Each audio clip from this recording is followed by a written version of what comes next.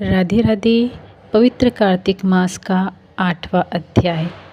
जिसकी दया से सरस्वती भाव रही उपजाए, कार्तिक महात्म्य का कमल लिखे 8वां अध्याय।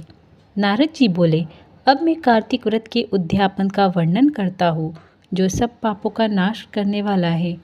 व्रत का पालन करने वाला मनुष्य कार्तिक शुक्ला चतुर्दशी को व्रत की पूर्ति और भगवान विष्णु की प्रीति के लिए उद्यापन करे। तुलसी के ऊपर एक सुंदर मंडप बनवावे, उसे केले के खंभों से संयुक्त करके नाना प्रकार की धातुओं से उसकी विचित्र शोभा बढ़ावे। मंडप के चारों ओर दीपकों की श्रेणी सुंदर ढंग से सजाकर रखे। उस मंडप में सुंदर बंधनवारों से सुशोभित 4 दरवाजे बनावे और उन्हें फूलों से तथा चवर से सुसज्जित करे। द्वारों पर पृथक पृथक मिट्टी के द्वारपाल बनाकर उनकी पूजा करे। उनके नाम इस प्रकार है: जय विजय, चंड प्रचंड, नंद सुनंद, कुमुद और कुमुदाक्ष।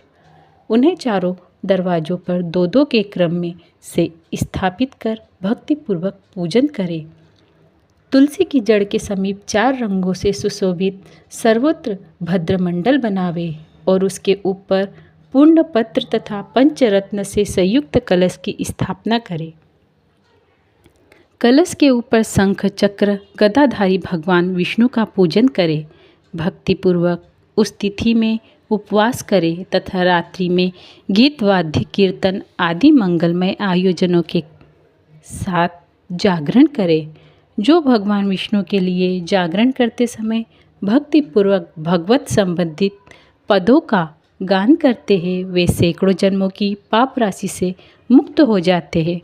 जो मनुष्य भगवान के निर्मित जागरण करके रात्रि भर भगवान का कीर्तन करते हैं, उनको असंख्य गोदान का फल मिलता है। जो मनुष्य भगवान की मूर्ति के सामने नित्य गान करते हैं, उनके अनेक जन्मों के एकत्रित पाप नष्ट हो जाते हैं। जो भगवान के सम्मुख बैठकर कीर्तन करते और बंसी आदि बजाकर भगवत भक्तों को प्रसन्न करते हैं तथा भक्ति से रात्रि भर जागरण करते हैं, उन्हें करोड़ तीर्थ का फल मिलता है। उसके बाद पूर्णमासी में एक सप्तनिक ब्राह्मण को निमंत्रित करें। प्रातःकाल स्नान और देव पूजन करके वेदी पर अग्नि की स्थापना करें और भगवान की प्रीति के लिए तिल और खीर की आहुति दे।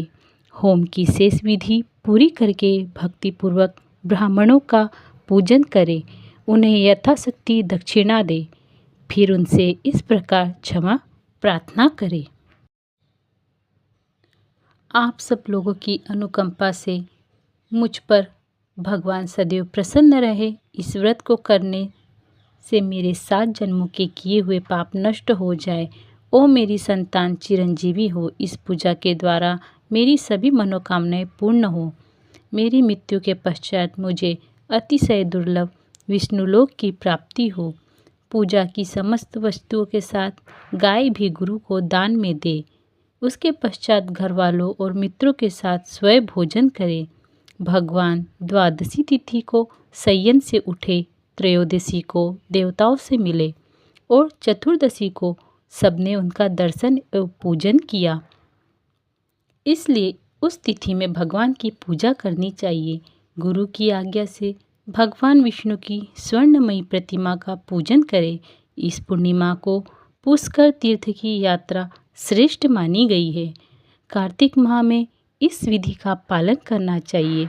जो इस प्रकार कार्तिक के व्रत का पालन करते हैं, वे धन्य और पूजनीय हैं।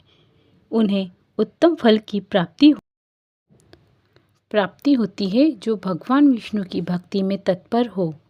कार्तिक में व्रत का पालन करते हैं, उनके शरीर में स्थित सभी पाप तत्काल नष्ट हो जाते हैं। जो श्रद्धापूर्वक कार्तिक के उद्यापन का महात्म्य सुनता या सुनाता है, वह भगवान विष्णु का सायुज्य प्राप्त करता है। बोलो जय श्री हरि। राधे राधे। कार्तिक मास का 8वां अध्याय समाप्त।